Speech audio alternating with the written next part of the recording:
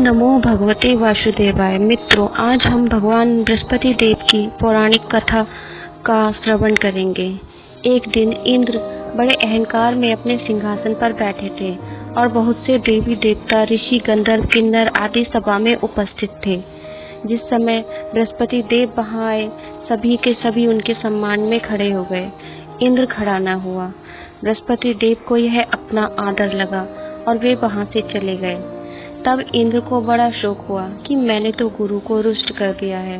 गुरु की कृपा से जो वैभव मुझे मिला है, कहीं वो नष्ट भ्रष्ट ना हो जाए, इसलिए उनके पास जाकर मुझे क्षमा मांगनी चाहिए, जिससे उनका क्रोध शांत हो जाए और मेरा कल्याण होवे।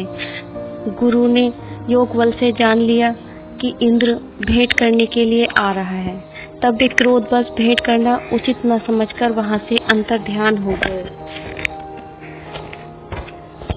गुरु को ना पाकर इंद्र निराश होकर लौट आए। यह समाचार राक्षस वृषवर्मा को पता चल गया। गुरु शुक्राचार्य की आज्ञा लेकर उसने इंद्र को चारों ओर से घेर लिया और देवताओं से युद्ध करना प्रारंभ कर दिया। सभी देवता गुरु कृपा न होने की वजह से हारने लगे और वे परेशान हो गए। तब देवता ब्रह्मा जी के पास गए और ब्रह्मा जी ने कहा, तुमने बहुत बड़ा पाप किया है जो गुरु का अपमान किया है। अब तुम्हारा कल्याण इसी में है कि तुम त्वष्टा ऋषि को या उनके पुत्र को अपना पुरोहित बनाओ। वे ब्रह्मज्ञानी हैं। तब देवता त्वष्टा ऋषि के पास गए। उन्होंने कहा कि पुरोहित बनने से तपोबल नष्ट हो जाता है, इसलिए आप मेरे पुत्र को ही पुरोहित बना लीजिए, वह तुम्हारी रक्षा करेगा। पिता की आज्ञा से विश्वरूपा ने ऐसा यत्न किया कि हरि इच्छा से इंद्र वृषवर्मा को युद्ध में जीतकर इंद्रासन पर बैठ गया। विश्वरूपा के 3 मुख थे। एक से सोमपल्ली लता का रस पीते थे, दूसरे से मदिरा पीते थे, तीसरे से अन्नादि भोजन करते थे। इंद्र ने विश्वरूपा से कहा, मैं आपकी आज्ञा से यज्ञ करना चाहता हूँ। जब यज्ञ आरंभ हुआ तब एक दैत्य ने विश्वरूपा से कहा कि तुम्हारी माता जो एक दैत्य कन्या है, इसलिए तुम्हें दैत्यों के नाम की भी एक आहुति उस यज्ञ में छोड़नी चाहिए। इस यज्ञ का फल देवताओं को नहीं मिल रहा था। तब इंद्र को इस विषय में ज्ञात हुआ कि विश्वरूपा चुपके से दैत्यों के नाम की आहुति छोड़ रहा है। उसने क्रोधवश विश्वरूपा को तीनों सरों को काट दिया।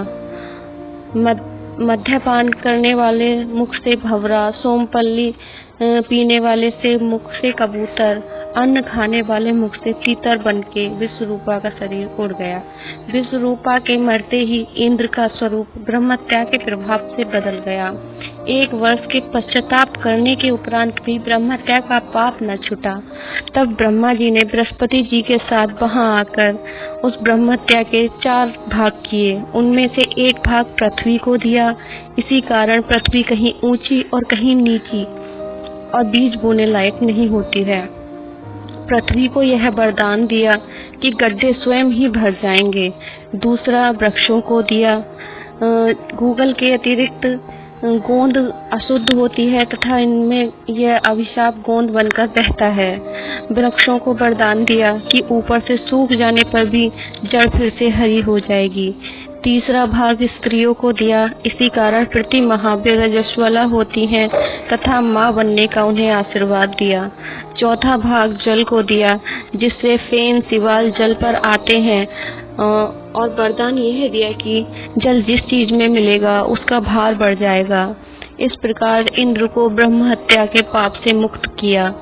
जो इस कथा को पढ़ता है या सुनता है, उसके सब पाप बृहस्पति देव की कृपा से नष्ट हो जाते हैं।